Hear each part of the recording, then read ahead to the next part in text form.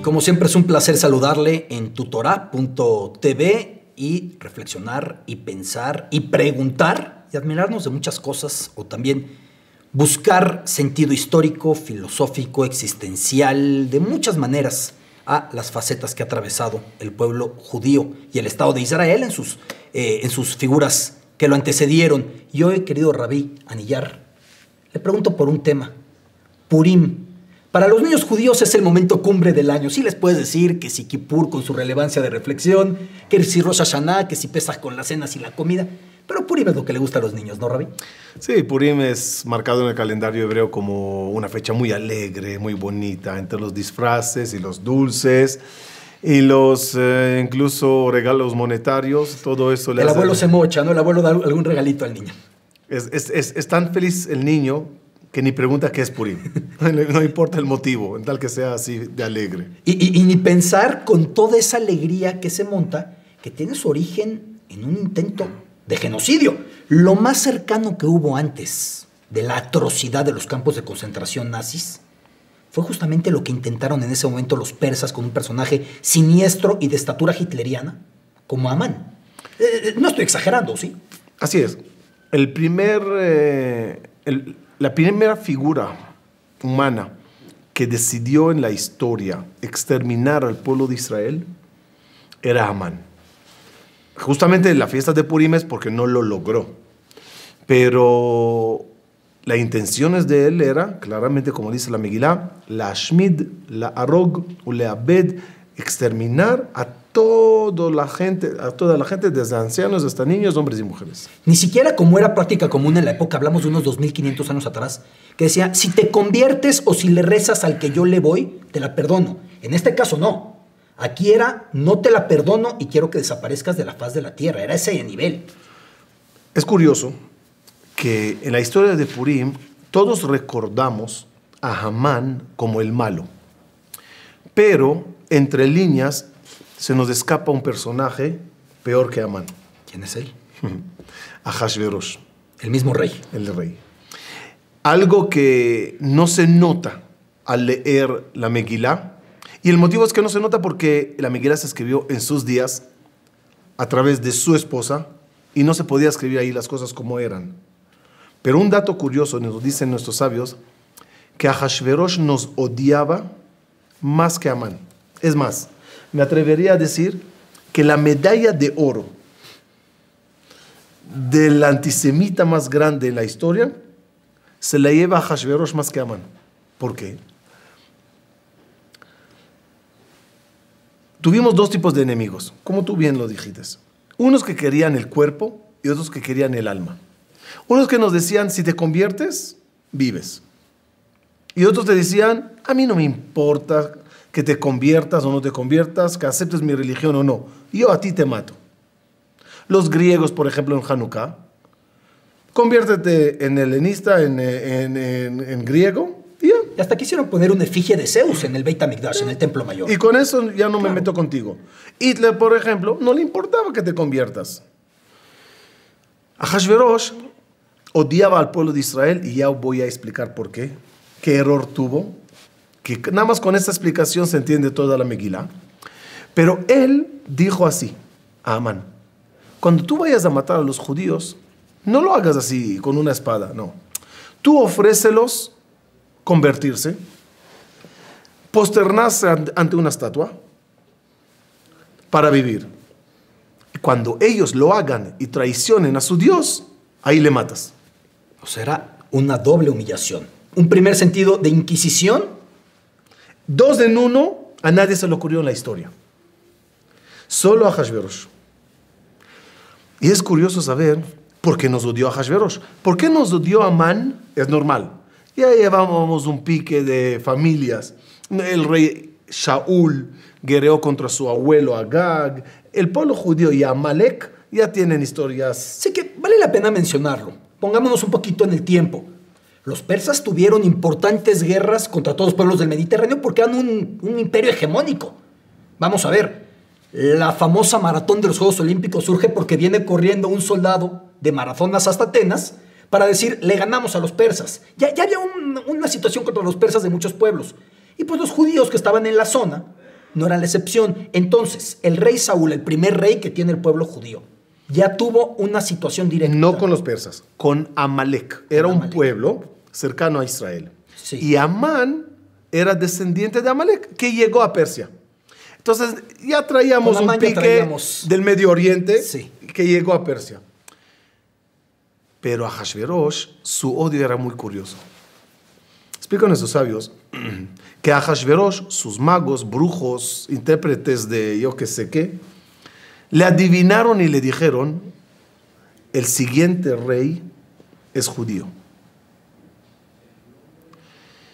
Y como ya existía una profecía que decía que nosotros, el pueblo judío, vamos a estar 70 años en la diáspora, y Purim justo ocurre entre el primer templo y segundo templo en esos 70 años, Que es la primera diáspora del pueblo judío, entonces. Ahasverosh dice, ¿no será que la profecía de esto se va a cumplir? A través de un golpe de estado y de un judío que va a reinar y me va a quitar a mí el trono para regresarlos a Jerusalén. Los odio. En ese momento, es importante entenderlo, el territorio actual de Israel pertenecía al imperio persa. Sí, pero el rey anterior, el rey Koresh, Asiro, Sí. él dio permiso a los judíos regresar a la tierra de Israel, tomar los utensilios del templo que él tenía en sus bodegas de regreso y ir a construir el segundo templo. Ahasverosh lo paró. Y como le dijeron que el rey siguiente es judío, dijo, eso lo voy a evitar, aceptando la oferta de Amán, exterminar al pueblo judío. Porque si los exterminio, no habrá un pueblo, no habrá un rey judío. ¿Dónde está el cambio tan grande en la Megilá? En la historia de Purim. Donde Ahasverosh de repente se convierte en un rey que fue manipulado por su asistente y yo no sabía. Pro-judío y amaba a los judíos. ¿Qué pasó en el cambio? Como sabemos, él se casó con Esther a raíz que mató a Vashti. Y Esther, la Megilá lo dice varias veces, no le dijo de qué pueblo viene. ¿Es factible históricamente que no supieran en ese momento que una chica no era judía? La pregunta es muy al lugar, pero hay que conocer el motivo verdadero que Ahasverosh mata a Vashti. Él la mata porque ella era de sangre real, es la hija de Belshazzar, nieta de Nabucodonosor. Sí, claro, la máxima realeza. Y él, Ahasverosh, no era de sangre real. Y ella todo el día le cantaba y le decía, yo soy hija de fulano, nieta de Mengano, y tú no eres Decía nadie. Benedizo. Cuando llegó Esther y le dijo, ¿quién eres tú? Y ella dijo, Una campesina. campesina. Dijo, esa es la que quiero. Una que no me cante todo el día, que ella es y ella es. ¿Qué pasó? Cuando Esther viene al rey a decirle que nos quieren matar, Ahasverosh le pregunta, ¿quién te quiere matar? Él no relacionó el decreto de Amán con su esposa Esther.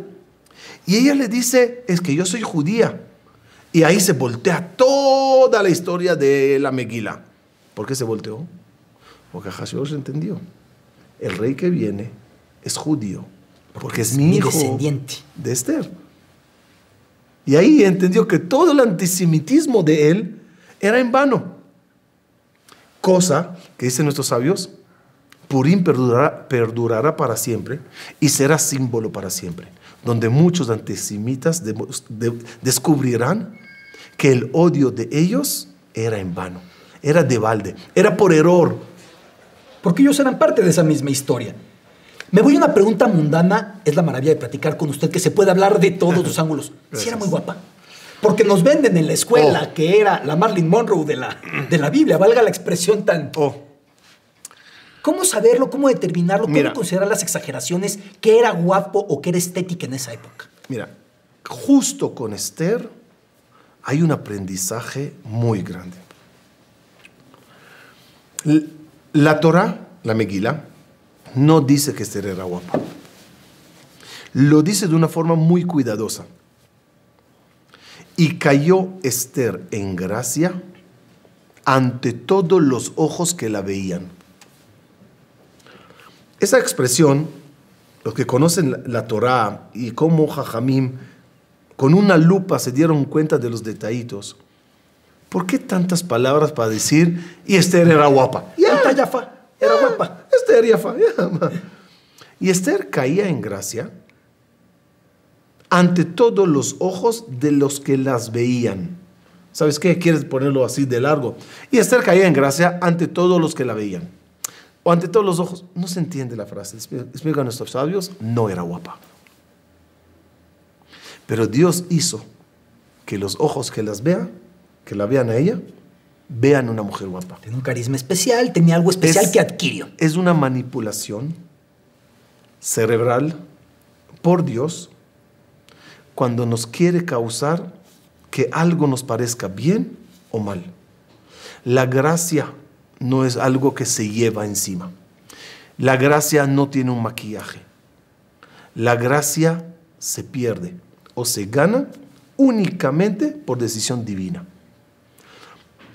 En Egipto, por ejemplo, cuando nosotros nos portamos bien con Dios, cuando bajamos de Egipto, dice los versículos que los egipcios nos amaban. Cuando empezamos a hacer idolatría, dejar de hacer Brit Milá y caer en muchas cosas de impureza, de repente no nos pudieron ver. Tras plagas que ahí sí éramos, digamos, los malos de la película, dice el versículo, y cayó el pueblo de Israel en gracia ante los egipcios. De ahí se aprende que la gracia de un pueblo o de una persona particular sube y baja dependiendo del creador. Respuesta concreta, Esther no era guapa.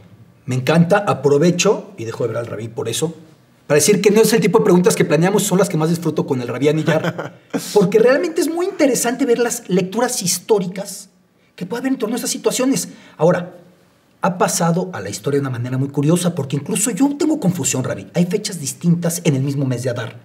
Algunos que sí es el 13, que sí es el 14, que sí Ciudad Murallada. ¿Cómo es el tema? ¿Por qué existe confusión con la fecha o es algo bien estipulado? No existe ninguna confusión. Sí. Purim es el 14. En ciudades amuralladas, desde la época de Yoshua, son el 15.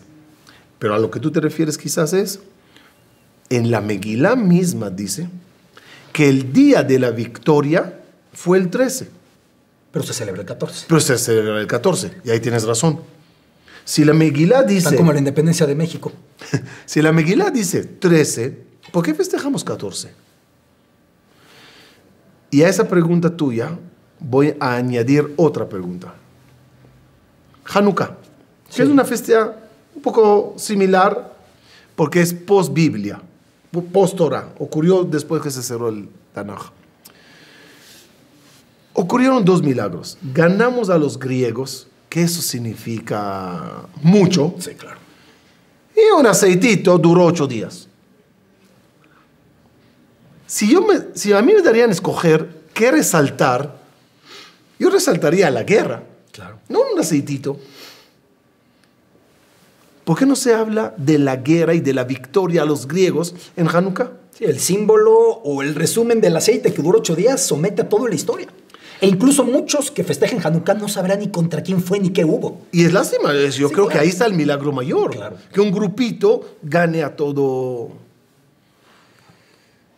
Quizás podríamos agregar otra. No hay ninguna fecha de festejar la gran victoria de David contra Goliat. Matamos a Goliat. Ganamos a los filisteos. Por siempre es el mayor símbolo del débil derrotando al fuerte. Así quedó para siempre. Y tú preguntas, ¿qué fecha? ¿Sabes qué? Tú me preguntas, ¿qué fecha es? No sé, ni tengo la menor idea. No sé si está registrado. ¿Qué pasa aquí? ¿Qué el judío festeja y qué no festeja? La respuesta quizás sorprenderá mucho, pero este es el símbolo del pueblo de Israel. El pueblo judío no festeja batallas y victorias, matanzas y el agarrar al enemigo, pisarle, vencerle o matarle. No. Nosotros festejamos la paz y la tranquilidad que viene después. Porque de mi parte yo no quisiera ni la guerra, ni los problemas, ni la victoria. Déjame en paz. Sí, la victoria ya fue consecuencia de que hubo problema. No nos hace feliz las victorias. es una mala necesidad. Por eso el 13 de Adar ocurrió una gran matanza, una gran victoria, una gran guerra, pero esa no se festeja. Es más, el 13 de Adar es día de ayuno. El ayuno de Esther. De Esther. El 14 de Adar, que no ocurrió en él nada, en ese día es Purim. Porque ahí empezó la estabilidad. Porque regresé a la estabilidad y a la normalidad. Hanukkah, yo festejo el milagro que me simboliza que puedo regresar a mi templo a rezar en él y aprender mi Hanukkah. Que el hecho que gané al griego, le tuve que matar y hubo ahí mucha sangre, de eso no festejo. Eso para mí no es nada. Yo no quisiera ni que venga Goliat ni que yo le mate. Yo festejo, el pueblo judío festeja la normalidad. Y esto porque es lo que siempre queremos. Que nos respeten y respetaremos a los demás. Ahora, usted se refería a lo posbíblico, que es el tema. ¿Qué es la Megilá de Esther entonces? Porque muchos, en la confusión de los que no son específicamente religiosos, creen que todo es la Torá. Y no, son diferentes libros. ¿Qué es la Megilá de Esther? Para que la gente entienda. Ok. ¿Y qué validez tiene contrapuesto a los libros sagrados? Explico. El Tanaj, que es todos los tomos de la Torá, tiene 3 partes. Torah, Nevi'im, Ketuvim. Los 5 tomos, que es de la época desde la creación hasta la entrada a Israel. Después llegan los profetas y hay 5 libros que son manuscritos, así se los llaman, Ketuvim. En los Ketuvim está, por ejemplo, Ejá, está Shir HaShirim y está Esther. Esther es un manuscrito que se escribió para conmemorar un milagro. Incluso, cuando Esther lo escribió en el primer año, todavía no estaban seguros que va a entrar ese libro a la Biblia, al Tanaj. Hasta que Esther, dice la Gemara, pidió a los Jajamim, incluyan la historia dentro de los tomos. Y únicamente porque se supo que Esther escribió, Esther y Mordejai al final, escribieron la Megilá con inspiración divina, y hay pruebas para eso, se incluyó en el Tanaj, y al final tenemos toda la Torá, que está compuesta de 24 libros, 5 tomos que se llaman Torá, y Pentateuco. Y todo el resto es el Tanaj, el Naj, perdón. Entonces sí, evidentemente la inspiración divina se reitera en todo este caso para dar el carácter sagrado además, pero se considera que Esther y Mordejai fueron los autores directos de esta Megilá. Sí, Esther, siendo ella la reina, después de ahorcar a Amán, puso a Mordejai como el encargado de todos los puestos que tenía Amán. Esos eran años muy tranquilos para el pueblo de Israel. Eran justamente antes de regresar a construir el segundo templo. En esos días se escribió, y ya cuando se regresó a Eretz Israel, hubieron unos profetas más que cerraron, que cierran todo el Tanaj, que es Ezra, Nehemías, y ellos con Esther cierran toda la historia bíblica, por llamarlo así. Es muy curioso con el giro que dio la relación entre el pueblo judío con Irán a raíz de la revolución de los ayatolas en el 79, la caída del Shah, pues que ha sido un país empecinado en toda declaración, muy acentuado primero con Khomeini y después con Ahmadinejad, en desaparecer al pueblo de Israel. Pero que son 2 pueblos muy relacionados, al grado de que la dinastía llegó a vincularse directamente pues con sangre judía. Ahora, en todo esto, el personaje de Mordejai creo que es determinante. ¿Qué simboliza Mordejai? ¿Qué nos dice esa persona a la que regresamos? Yo repito lo que los niños escuchábamos, porque es de la fiesta de la que más nos acordamos los niños. Y nos decían que era el justo, el inteligente. ¿Qué es Mordejai? Mordejai tiene 2 etapas. Tiene la etapa del líder religioso. Un líder que llegaba desde el exilio de Israel, que según estos sabios, a pesar que fue exiliado, logró escaparse 2-3 veces a Israel de regreso, y cada vez le agarraban de nuevo en la nueva tanda de carrozas que salían al exilio, y otra vez al exilio. Y él era el que intentaba cuidar el perfil del judío en la diáspora. tú lo dijiste anteriormente, es el primer exilio judío. No sabíamos qué es un exilio. No vivimos nunca en un exilio. ¿Egipto no cuenta como tal? No, porque no éramos pueblo. Estamos hablando desde que nos hicimos como pueblo y entramos y conquistamos Israel. Fue la primera vez que salimos a la diáspora. ¿Y cómo vive un judío en la diáspora? Era una pregunta muy difícil para muchos. Por lógica, me imagino, muchos votaron por la supervivencia. Ya estoy en el exilio, tengo que vivir. Y mi casa ya me la quitaron en Israel, mi campo ya me lo quitaron, tengo que buscar manutención. Y si es trabajar, trabajaré. Y si es trabajar en Shabbat, pues trabajaré en Shabbat, quiero dinero. Y si es no comer kasher, pues no comer kasher, tengo que vivir. Es la típica... Es un ejercicio de darwinismo, de adaptarse para sobrevivir. Y Mordejai es justamente el llamado a la conciencia. No, guarda tu judaísmo también en la diáspora. Esto no se puede, esto sí se puede, hazlo así. Cuando vio Mordejai que el pueblo cayó tanto, manifestó su opinión con la rebeldía contra Amán. Yo no me posterno ante ti. Uno, porque no quiero doblegarme ante un malvado que me quiere exterminar. Dos, Amán tenía siempre encima una figura de idolatría, como algo de oro así. Y posternarse una ante pieza que Amán, representaba el politeísmo, supongo. algo de idolatría que él cargaba. Posternarse ante Amán es hacerlo ante una estatua. Y Mordejai dijo, como judío no se hace esas cosas. Que sepas, los judíos no les gustó la política de Mordejai. No te metas con la gente, no vas a causar problemas. Pero al final, cuando todo se arregló, le agradecieron muchísimo.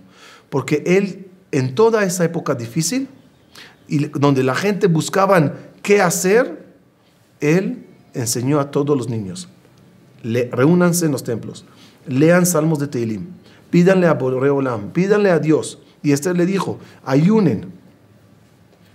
Y un detalle muy importante, estábamos dispersos. Y como dispersos somos vulnerables. Y como dispersos nos asimilamos. Curiosamente, ¿quién nos salvó? Amán. Porque al tener un enemigo común que nos recordó a todos nosotros que somos judíos, nos causó esa unión. Esa es la primera parte de Mordejai. La segunda, si es polémica y... O sea, primero, líder religioso y líder social, me queda claro. La segunda es interesante. Político. La Megilá termina con una frase rarísima. Enigmática. Y Mordejai era querido para la mayoría de sus hermanos. Esa palabra para la mayoría no era monedita de oro. Da a entender algo. Que habían algunos que no estaban contentos con él. Y la primera pregunta que brinca es, ¿quién no estará contento con aquel que nos salvó? Y la respuesta es, los sabios. Los sabios no estaban a favor de Mordejai. Porque el líder religioso dejó el libro, el templo y a los alumnos y se fue a meterse en el palacio, en la política. Eso es algo que a los religiosos, a los rabinos, no les gustó. Deja la política para otros. Se salvó la cosa, está todo tranquilo, siéntate y regresa a estudiar. Y desde entonces podemos decir, y hablamos de 2500 años atrás, que se cuajó la compleja relación del pueblo judío en la diáspora con la política local. Muchísimos personajes del pueblo judío que han estado vinculados a gobiernos. Pienso a Disraeli en la Gran Bretaña, pienso hoy por hoy Bernie Sanders, que ganando unas primarias por el Partido Demócrata de los Estados Unidos, y tantísimos más, en todos los pueblos. El Maimónides. El Maimónides era muy relevante. Esta vez no le mencionamos. Ya se nos estaba escapando. Maimónides, claro. Doctor, Don Itzhak Abarbanel, claro. Rabbi Shemuel Anagid, eran personajes que por necesidades quizás se metían al gobierno, pero siempre A los sabios no les gustó. Sí, claro, siempre ha sido muy complicada esa relación. Ahora, sí hay una relación muy bonita de esta fecha con los niños. Y no es el carnaval. Lo que pasa es que luego las fechas son relativamente cercanas. Relativamente porque también el calendario judío va fluctuando por sus años bisiestos que tienen un mes adicional por ser lunar. ¿Estoy correcto?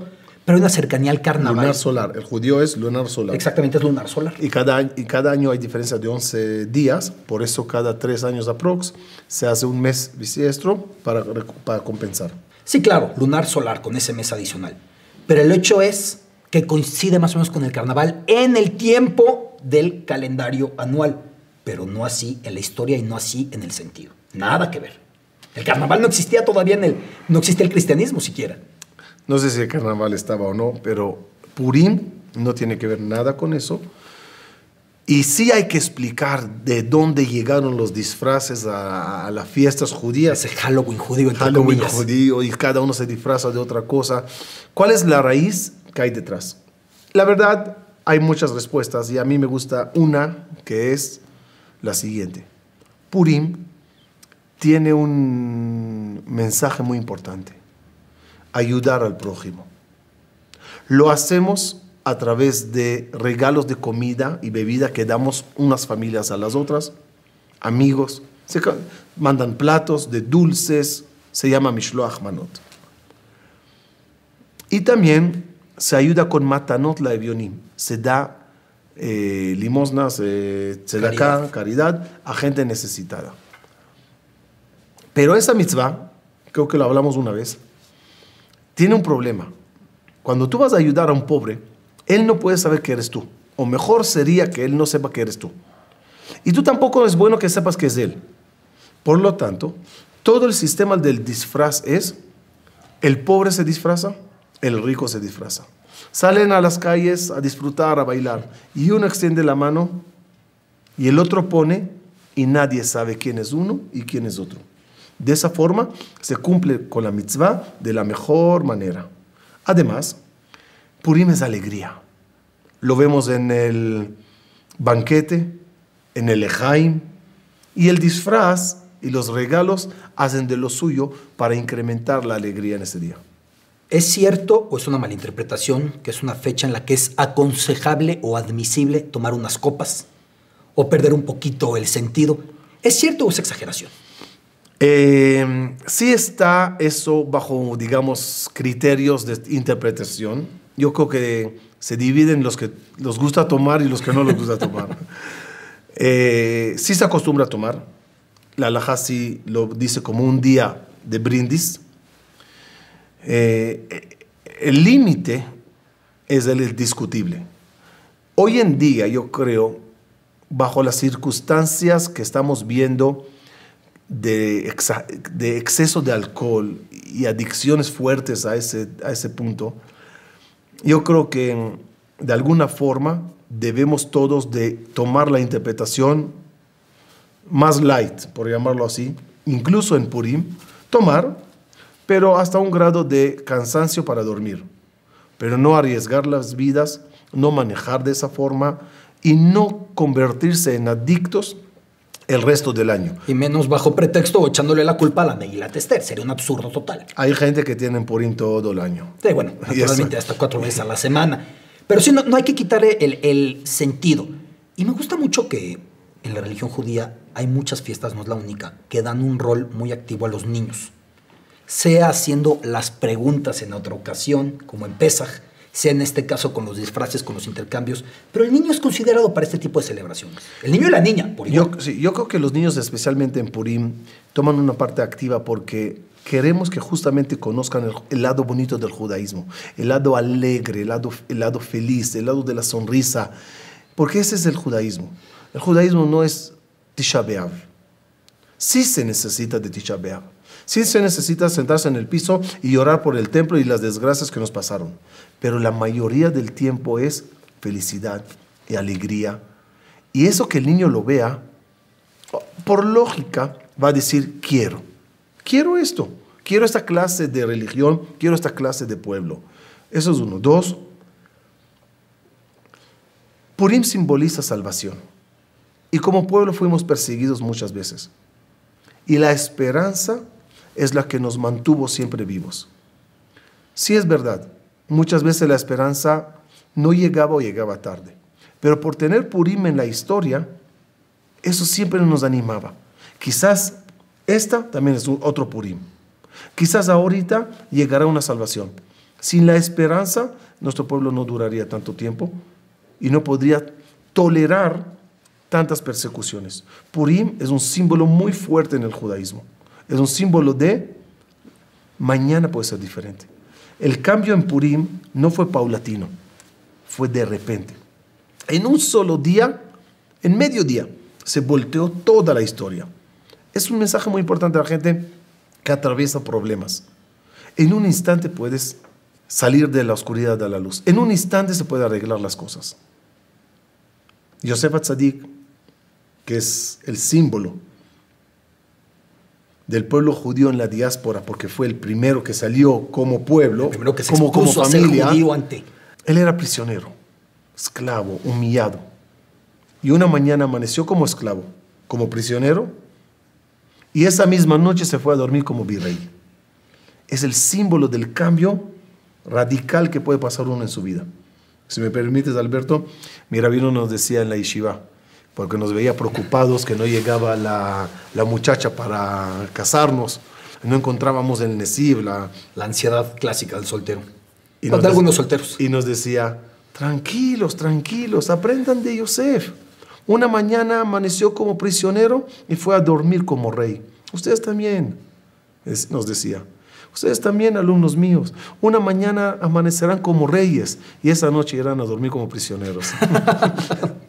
Es muy curioso que hay un gran sentido del humor permanentemente a lo largo de la historia de este pueblo. La misma Biblia de pronto nos sorprende con términos irónicos o que dan pauta, pero el humor lo podemos encontrar incluso en ambientes muy seculares. Se me ocurre Chaplin, judío, se me ocurre Woody Allen, se me ocurre recientemente ya cada quien que le guste lo que le guste, pero Adam Sandler, Ben Stiller, Howard Stern, a sus diferentes maneras, son personajes que han vivido del humor y son judíos.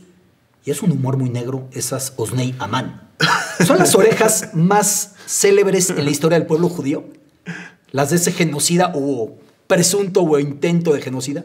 Mira, yo te contestaré tomando el punto, más que todo, del humor negro.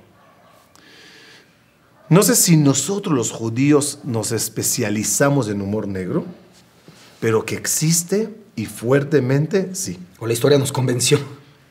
Y yo creo que el humor negro suene feo, aunque se ríe uno, es una risa rara, ¿no? Cuando tú cuentas a alguien un chiste de humor negro, se ríe y a la vez se siente mal que se ríe porque está un poco fuerte. Pero yo creo que psicológicamente nosotros inventamos el humor negro para mantenernos bien de cerebro. Porque si no nos reíamos incluso en las desgracias, no podríamos salir adelante. Este mes, el mes de Adar, la halajá ordena, desde que entra el mes de Adar, se incrementa la alegría. Dice el Gaón de Vilna, cada problema que tenga el ser humano, solo con la alegría podrá combatirla. Si pasamos por muchos problemas en la vida, el humor negro nos hizo reírnos de la situación. Yo leo a veces chistes de humor negro sobre atentados, sobre el holocausto, y tú dices, no puede ser. Pero cuando buscas el fondo, es una forma de decir, a mí nadie me gana, a mí nadie me quita la sonrisa. Y yo me voy a reír incluso de mis desgracias, incluso de mis defectos. Viktor Frankl, el hombre en busca de sentido, en un campo de concentración, diciendo, ¿y por qué no yo que estoy en esta situación que es la más indigna y degradante para un humano, puedo en mi mente tener otra realidad? Y sí, es humor negro, es un escape, ¿no? El final de la película Bastardos sin Gloria de Tarantino, cuando aparece una matanza en la que matan a Hitler y cambia la historia, es la venganza de los judíos contra él, a través de ese personaje que es Shoshana, que hace Melanie Laurent, la actriz francesa, pues es un humor negro que a muchos no encantan por una situación, que el cineasta no es judío. Muchas veces nos cuesta reírnos de lo nuestro cuando llega a reírse o a satirizarlo alguien ajeno al pueblo. Pero nosotros mismos lo hacemos mucho, y creo que estas orejas de Amán son un clásico ejemplo de esto, que se pueden colocar como pastelillos, que además son muy sabrosos, ¿no? Lo único que te puedo decir es que tenemos en el judaísmo. Comidas religiosas típicas. Celebratorias, conmemorativas. Y una es cuadrada, una redonda y una triangular. A ver. La cuadrada es la matzá. Sí. La redonda es la sufganía de Hanukkah. Sí. Y la triangular es Osnei Aman. Osnei Aman. El factor común que tienen, que las disfrutamos mucho al comer. Pero las sufrimos después cuando nos vemos al espejo y entendemos que, como digo siempre sobre la sufganía, es impresionante esa comida. Cuanto más la comes, más te pareces a ella. Exactamente, sirve de metáfora. Rabbi, pues ha sido un placer explorar con usted Purim, que estamos ya en estos días celebrándolo. Y solamente para finalizar, para que la gente que no es tan cercana a la religión entienda, ¿qué es lo que les recomienda hacer en estos días? ¿Cuándo se debe leer? ¿Cuándo ir a la sinagoga? Digamos, un Purim para inexpertos.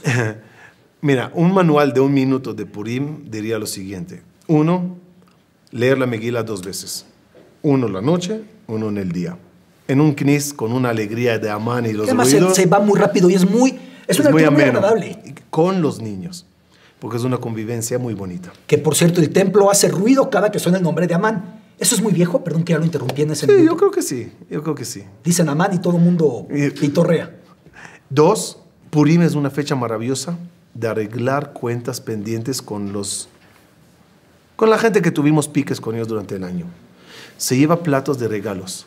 La gente se equivoca porque creen que los platos se mandan únicamente a los amigos para cumplir con la gente que me llevo bien. No, eso se hizo especialmente para los que no te llevas bien con ellos, a través de un plato lleno de dulce, lleno de bebida, lleno de regalitos, como quieras, arreglar ciertas situaciones, porque la hermandad entre nosotros es la que hizo la fuerza en Purim.